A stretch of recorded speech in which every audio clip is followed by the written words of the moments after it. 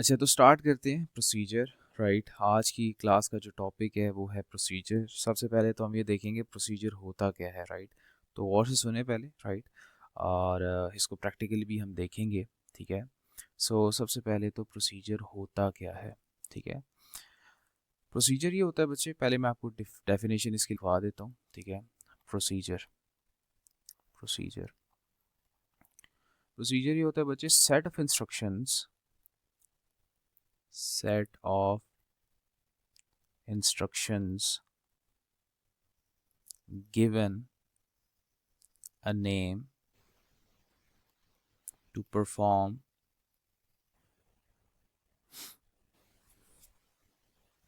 that performs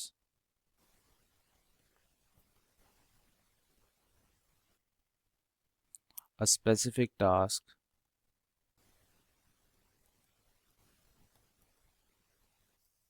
but it does not return a value।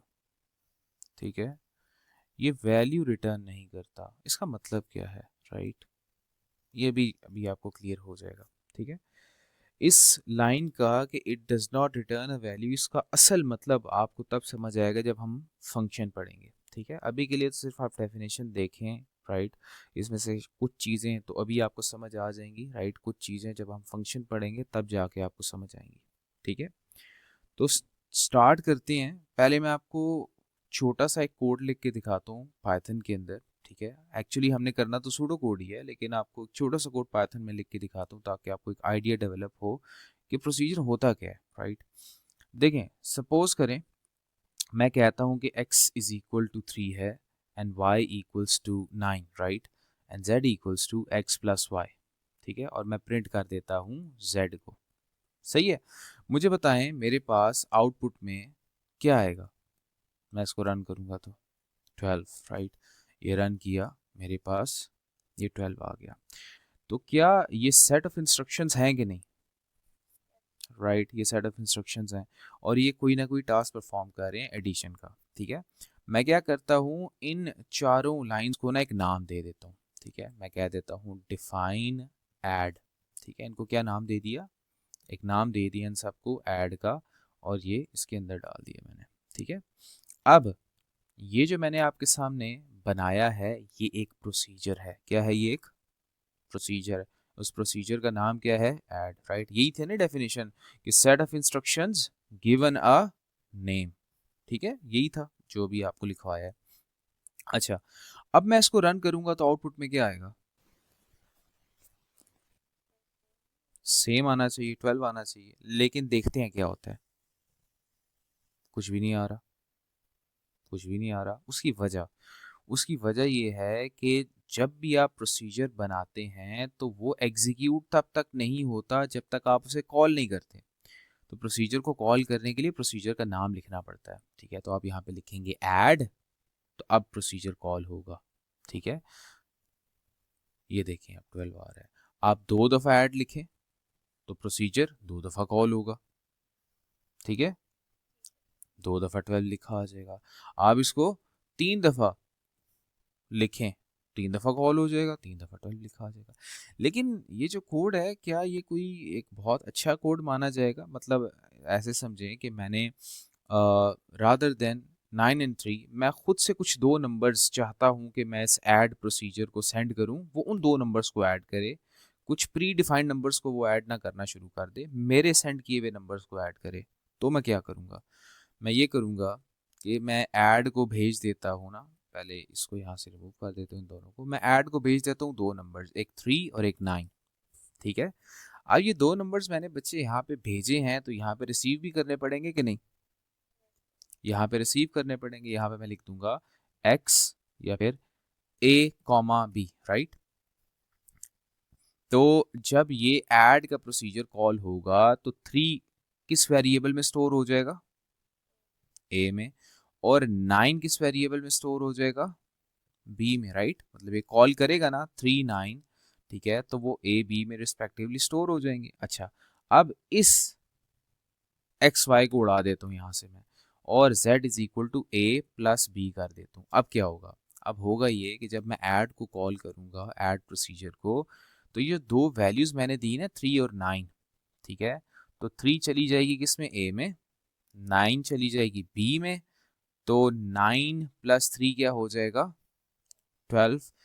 आपके पास z की value 12 हो जाएगी और आपके पास आउटपुट में 12 आ जाएगा, ठीक है।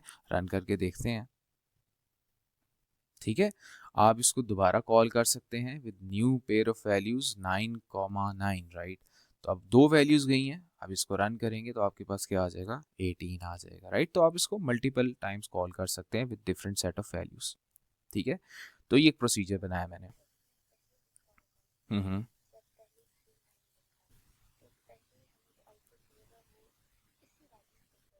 जी बिल्कुल, दूसरे का मिलेगा, ठीक है। पहले इसके अकॉर्डिंग चलेगा प्रोसीजर, फिर इसके अकॉर्डिंग, एंड देन फिर आप बाद में दोबारा कॉल करेंगे, फिर उसके अकॉर्डिंग चलना शुरू हो जाएगा, ठीक है। एक चीज़, दूसरी चीज़, अब इसको सूडो कोड में देखते हैं, राइट। तो सूडो कोड में इसको कैसे करेंगे, ठीक है। तो सूडो कोड में सपोज करते हैं कि ये, ठीक है, वो क्वेश्चन पढ़ेंगे कह रहे हैं,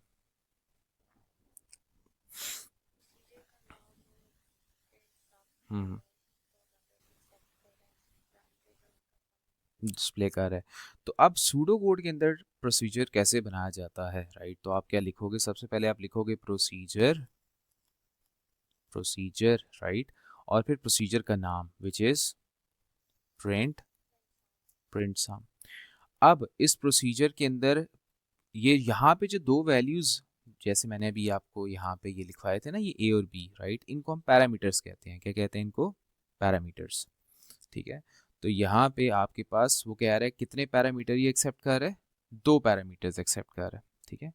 अच्छा, तो यहाँ पे मैं दो पैरामीटर्स यहाँ पे डिफाइन करता हूँ। यहाँ पे चूंकि सूडो कोड है तो डाटा टाइप भी डिफाइन करनी पड़ती है, ठीक है। तो उन दो पैरामीटर्स के नाम मैं कोई भी रख सकता हूँ, A B x Y, num1 num2, कुछ भी नाम रख सकता हूँ, मैं एक्स वाई कह रहा हूँ, ठीक है। X colon integer comma Y colon integer, ठीक है। और फिर इसके बाद यहाँ पे मैंने इनका सम डिस्प्ले करना है, तो इसके अंदर एक वेरिएबल डिक्लेयर कर लूंगा मैं, डिक्लेयर सम, और सम क्या है, इंटीजर है, and sum equals to X plus Y, and output कर दूंगा सम को और एंड प्रोसीजर, ठीक है। ये प्रोसीजर आपने बना लिया, लेकिन मुझे बताएं कि प्रोसीजर बनाने से एग्जीक्यूट होना शुरू हो जाएगा, नहीं, जब तक आप उसे कॉल नहीं करेंगे। Exactly, exactly, right. तो आप प्रोसीजर बना लें, लेकिन जब तक आप उसे कॉल नहीं करेंगे वो एग्जीक्यूट नहीं होगा। तो कॉल करने के लिए, बिल्कुल सही, टेक्निकली प्रोसीजर चलता एंड प्रोसीजर के बाद है, बहुत सही कहा, और तब जब आप कॉल करें तो, राइट। तो मैं कॉल, अच्छा, प्रोसीजर को कॉल करने के लिए कॉल का कीवर्ड लिखना लाजमी है, ठीक है, CALL कॉल, और फिर प्रोसीजर का नाम विच इज प्रिंट सम, ठीक है। अब यहाँ पे मैं दो वैल्यूज दे देता हूँ, 7 9, ठीक है। तो वो क्या करेगा, इस प्रोसीजर को करेगा कॉल, राइट। तो 7 जो है वो कहाँ पे स्टोर हो जाएगा बच्चे, एक्स में, और वाई में चला जाएगा, वाई में 9 हो जाएगा, राइट। तो मतलब ये दो वैल्यूज में आ गई, और फिर इसके अंदर का कोड चलेगा प्रोसीजर का, राइट। तो मतलब ये कुछ ऐसे है ना, ये ऐसे आएगा, इन दो के अंदर स्टोर होके फिर इसके अंदर का कोड चलेगा, ठीक है। तो आपके पास सम की वैल्यू क्या हो जाएगी, एक्स प्लस वाई, राइट। तो एक्स में अब आपने खुद बताया था 7 आया है, वाई में 9 आ गया है, तो सम की वैल्यू क्या हो जाएगी, 16, और आउटपुट हो जाएगा सम। क्लियर है। अच्छा, एक और क्वेश्चन करते हैं, ठीक है। क्वेश्चन क्या कह रहा है, पढ़े जरा।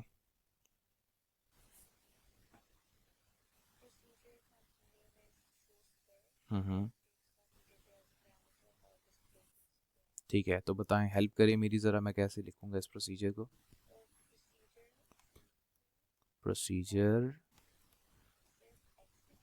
शो स्क्वायर, अच्छा जी, पैरामीटर में सिर्फ एक्स लिख दिया, बहुत अच्छे। फिर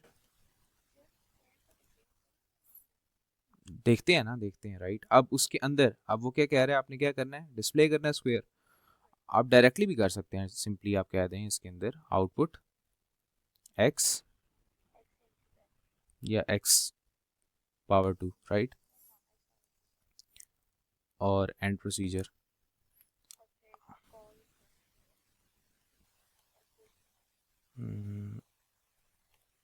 ओके, एंड प्रोसीजर, तो ये प्रोसीजर बन गया।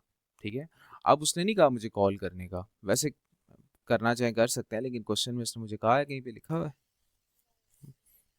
बस फिर हमने क्रिएट कर दिया। ठीक है, अच्छा एक और क्वेश्चन करते हैं। क्वेश्चन क्या कह रहा है?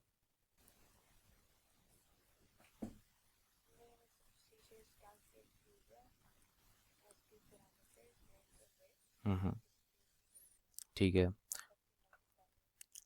तो आप लिखेंगे प्रोसीजर कैलकुलेट एरिया,